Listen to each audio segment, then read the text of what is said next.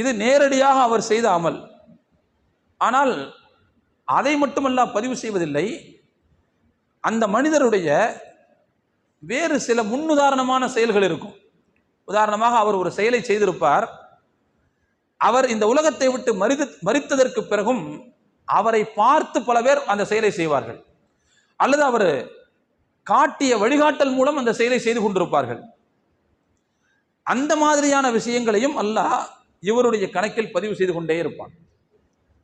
இப்போ இந்த வகையில் இந்த வசனத்தினுடைய கருத்து நமக்கு சொல்லக்கூடிய செய்தி என்னன்னு சொன்னா, இந்த உலகத்துல ஒரு மனிதர் நேரடியாகவும் நற்செயல்கள் செய்ய வேண்டும், பிறர் நற்செயல்கள் செய்வதற்கு நாம் இந்த உலகத்தில் காரணமாகவும் திகழ வேண்டும்.